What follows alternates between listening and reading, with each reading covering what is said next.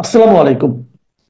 প্রিয় দর্শক, অন্য মঞ্চের আলাপ চাইতে আপনাদের সকলকে আমন্ত্রণ জানাচ্ছি।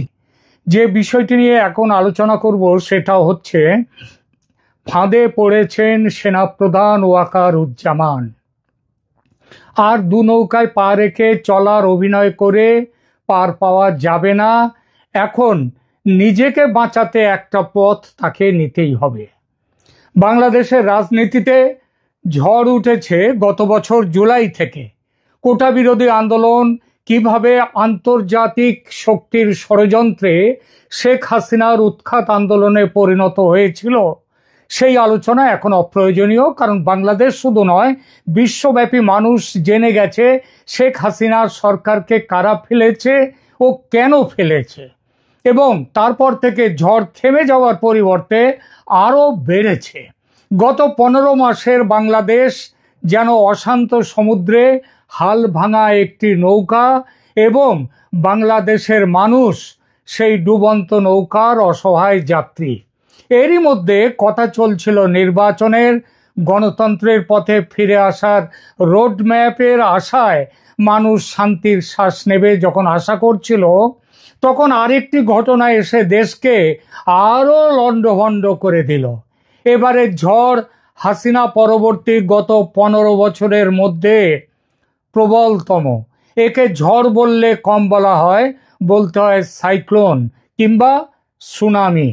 অন্তর্বর্তী সরকারের অন্তর্বর্তী সরকার যে বর্তমানে, তারা যুদ্ধংদেহী বলে মুখোমুখি এসে চ্যালেঞ্জ ছুড়ে দিয়েছে দেশের সেনাবাহিনীর দিকে। কিভাবে চ্যালেঞ্জ সেটা জানেন আপনারা? তাহলেও একবার ছোট্ট করে বলে নিই। গত 8 অক্টোবর আন্তর্জাতিক অপরাধ ট্রাইব্যুনাল একটি ভয়ানক বিতর্কিত সিদ্ধান্ত নিয়েছে। ট্রাইব্যুনাল প্রাক্তন প্রধানমন্ত্রী শেখ হাসিনা সহ 30 জনের বিরুদ্ধে গ্রেপ্তারি পরোয়ানা জারি করেছে।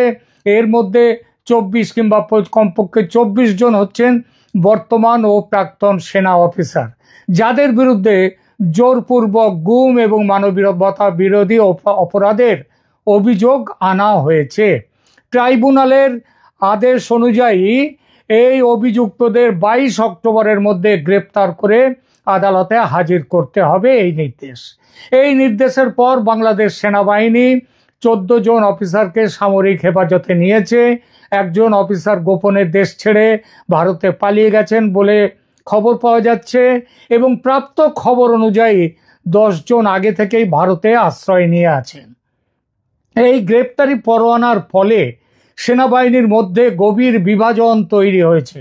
9 অক্টোবর অনুষ্ঠিত অফিসারদের সভায় দুটি পৃথক শিবির স্পষ্ট হয়ে উঠেছে। একদল ট্রাইব্যুনালের বিচার সম্পর্কিত সিদ্ধান্তের পক্ষে, অন্য দল বিপক্ষে। মেজর জেনারেল হাকিমুজ্জামান স্বীকার করেছেন যে এই গ্রেপ্তারি পরোয়ানা সেনাবাহিনীর মনোবলে প্রভাব ফেলেছে। তিনি বলেছেন, আমি অস্বীকার করতে পারি না যে সামরিক অফিসারদের বিরুদ্ধে গ্রেপ্তারি পরোয়ানা আমাদের প্রভাবিত করছে, এটা আমি অস্বীকার করতে পারি না।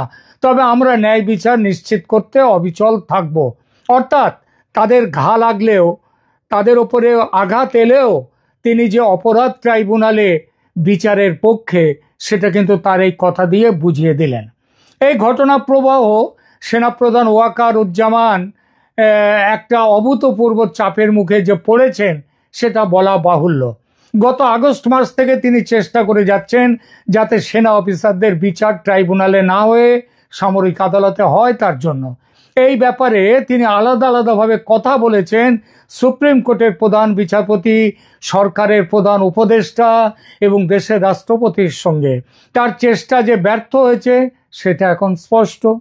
জেনারেল জামানের সেই চেষ্টা যে শুধু তার সহকর্মীদের বিপদ থেকে বাঁচাতে তা নয়, তিনি জানতেন জাল যেভাবে ফেলা হয়েছে এবং যেভাবে টানা হচ্ছে, তাতে তার মতো বড় মাছ ছাড়া পাবে না, ছাড়া পেতে পারে না। বিশেষত তিনি যখন শেখ হাসিনার মনোনীত সেনাপ্রধান, তার বিরুদ্ধে আরো অভিযোগ 5 আগস্টে তার বাহিনী আন্দোলনকারীদের ওপর গুলি চালাতে অস্বীকার করেছিল বটে, কিন্তু সেটা ওই 5 আগস্টের দিন। তার আগে 3 তারিখ 4 তারিখ তাদের জমায়েত, তাদের উপরে কিন্তু গুলি চলেছে এবং মানুষও মারা গেছে।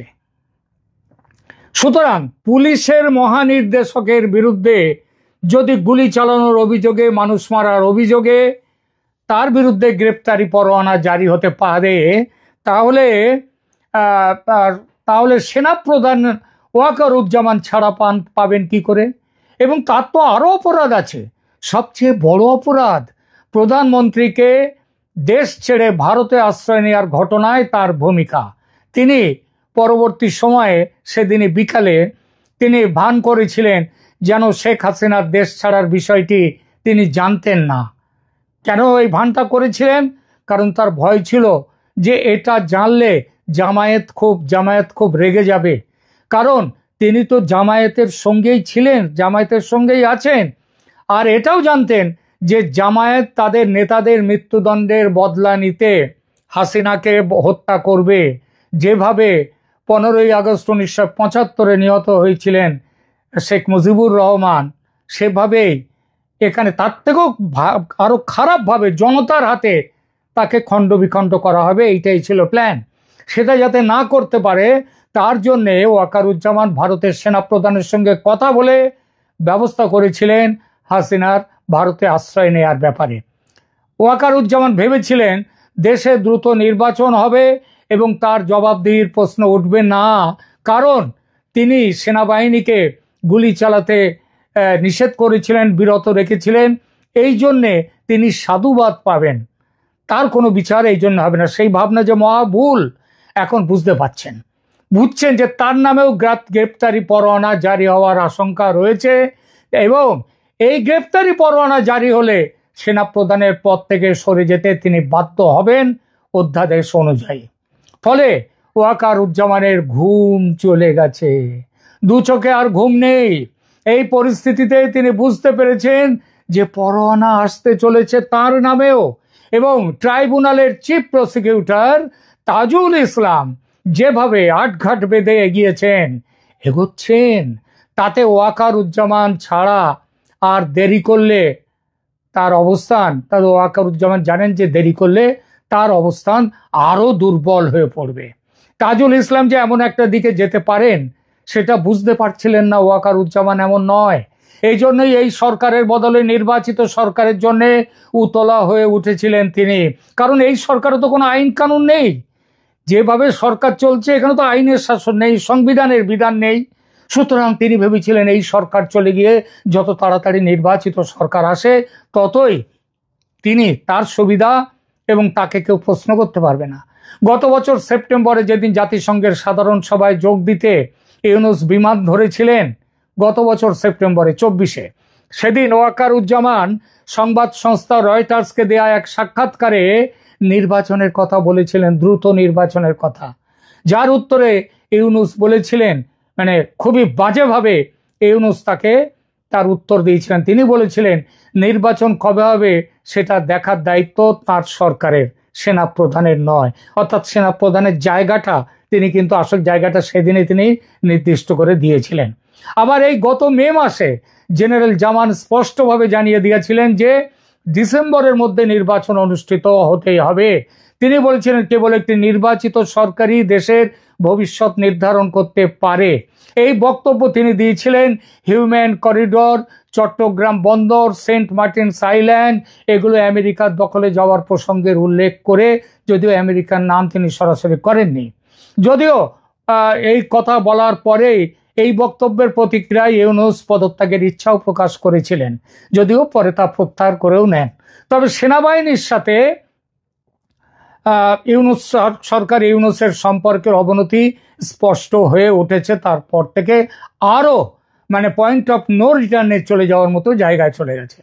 এই পরিস্থিতিতে ইউনূস সরকার বিদেশি ষড়যন্ত্র, আরো পরিষ্কার করে বললে ভারতীয় ষড়যন্ত্র এবং পরাজিত শক্তিদের ষড়যন্ত্র, অর্থাৎ আওয়ামী লীগের ব্যাপারে অভিযোগ তুলে জনসমর্থন পাওয়ার চেষ্টা করছেন ইউনূস সরকার। তার সমর্থকরা রাস্তায় নেমে আন্দোলন করার প্রস্তুতিও নিয়েছিল, যদিও সে আন্দোলনের পিছনে জনতার সমর্থন যে প্রায় না থাকার মতো, সেটা দেখে পিছিয়ে এসেছে জন আন্দোলন থেকে। তবে ওয়াকারুজ্জামান যে ভারতের সঙ্গে এবং আওয়ামী লীগের সঙ্গে সম্পর্কে আছে এমন একটা সন্দেহ ইউনূস সরকারের যে থিঙ্ক ট্যাঙ্ক যারা এই সব কিছু করছে তাদের কাছে কিন্তু স্পষ্ট। আরো বিপদের কথা, ওয়াকারুজ্জামানের পক্ষে যেটা আরো বিপদ সেটা হলো তার হিউম্যান করিডর, চট্টগ্রাম বন্দর, সেন্ট মার্টিনস আইল্যান্ড, এই সব নিয়ে তার যে অবস্থান, সেই অবস্থান আমেরিকাকে ভীষণভাবে ক্ষুব্ধ করে দিয়েছে, বলা যায় ক্রুদ্ধ করে দিয়েছে ওয়াকারুজ্জামানের ওপর। হাসিনার পতনের সময় ওয়াকারুজ্জামানকে আমেরিকা ব্যবহার করেছে ঠিকই, কিন্তু তাদের স্বার্থে ঘা লাগতেই সেনাপ্রধানকে শিক্ষা দিতে মনস্থ করে নিয়েছে তারা। সেনাপ্রধানের রাশিয়া যাত্রা, চীন যাত্রাকে ভীষণ রকমের সন্দেহের চোখে দেখেছে আমেরিকা। আমেরিকা মুখে যাই বলুক, নিজেদের স্বার্থের জন্য দ্রুত নির্বাচন এবং আওয়ামী লীগকে নিয়ে নির্বাচন চায় না। ভেবেছিল বিএনপিকে ক্ষমতায় এনে তারা তাদের স্বার্থ রক্ষা করবে, কিন্তু বিএনপির যাতে বর্তমান যে অবস্থা, তাতে বিএনপি ক্ষমতায় আসতে পারবে না, বরং জামায়াতের ক্ষমতায় আসার সম্ভাবনা এবং ইনক্লুসিভ ইলেকশন হলে, ফ্রি অ্যান্ড ফেয়ার ইলেকশন হলে আওয়ামী লীগ পর্যন্ত ক্ষমতায় আসতে পারে, এবং সেটা হলে আমেরিকার প্ল্যান ভেস্তে যাবে। গুম কমিশনের রিপোর্টেই এবারের এই হুলস্থুল বেঁধেছে। এরপর নভেম্বরে আসছে বিডিআর বিদ্রোহ তদন্ত কমিশনের রিপোর্ট, এবং সেই কমিশনের চেয়ারম্যান ফজলুর রহমান, তিনি প্রাক্তন সেনাকর্তা, তিনি ভয়ঙ্করভাবে ভারত বিরোধী এবং আওয়ামী লীগ বিরোধী। তিনি বলাই যায় তার কমিশনের রিপোর্ট তৈরি আছে, যে কোনো দিন দিলেই হলো, এবং সেখানে ভারত বিরোধিতা থাকবে, আওয়ামী লীগ বিরোধিতা থাকবে। তখন আর এক দফার সুনামি আসবে, সেখানে টার্গেট পয়েন্টে থাকবে ভারত। সেটা এলে ফেব্রুয়ারির নির্বাচন, এবং সেই নির্বাচনে ভারতের চাপে আওয়ামী লীগের অংশগ্রহণের সম্ভাবনা থাকবে না। তার আগেই ওয়াকারুজ্জামান হটে যাবেন, তার পদ থেকে হটে যেতে হবে। এজন্য যুদ্ধ বিগ্রহ কিচ্ছু করার দরকার নেই, দরকার শুধু ট্রাইব্যুনালের পক্ষ থেকে একটি পরোয়ানা জারি করা ওয়াকারুজ্জামানের, সেনাপ্রধানের নামে। এই পরিস্থিতিতে কি করার আছে সেনাপ্রধান ওয়াকারুজ্জামানের? তার কি আর অপেক্ষা করার সুযোগ আছে, যেটা তিনি ভাবছিলেন এতদিন পর্যন্ত, যে নির্বাচন হলে সব ঠিক হয়ে যাবে, তাকে আর কেউ কিচ্ছু ধরতেও পারবে না, তিনি তার শপথে থাকবেন? সেই সুযোগটা আর নেই। তিনি জানলেন, এখন জানছেন যে তার নিজের নামেও গ্রেপ্তারি পরোয়ানা আসতে পারে যে কোনো মুহূর্তে। সেনাবাহিনীর মধ্যে বিভাজন বাড়ছে, যত দেরি করবেন তত তার কমান্ড দুর্বল হবে। ইউনূস সরকার এবং জাতীয় জামায়াত এনসিপি ক্রমশ শক্তিশালী হবে এবং নির্বাচন বাতিল হয়ে যাবে। সুতরাং সেনা অ্যাকশনে নামতেই হবে ওয়াকারুজ্জামানকে, আর সেটা নামতে হবে তার নিজের নামে ট্রাইব্যুনালের পরোয়ানা জারি হওয়ার আগেই। বিভিন্ন সূত্র থেকে জানতে পেরেছেন তিনি যে 150 জন সেনা অফিসারের নাম গ্রেপ্তারের তালিকায় রয়েছে, যার মধ্যে থাকতে পারে তার নিজের নামটিও। এখন না থাকলেও খুব শিগগির চলে আসবে, তার নাম আসতেই হবে।